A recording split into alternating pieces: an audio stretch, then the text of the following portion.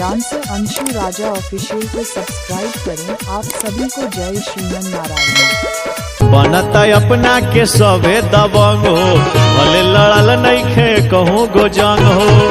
हनुमान जी से बड़ रंगबाज कौन हो?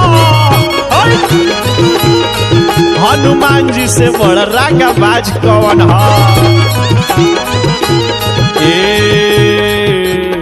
बनता अपना के सभे दबंग हो, भले लड़ल नइखे कहूँ गो जंग हो।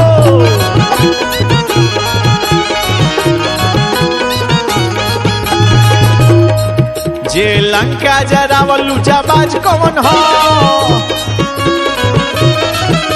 जे लंका जरावल जाबाज कौन हो?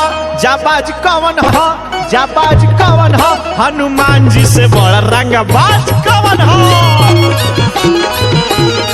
तो हनुमान जी से बड़ा रंगबाज कौन हो?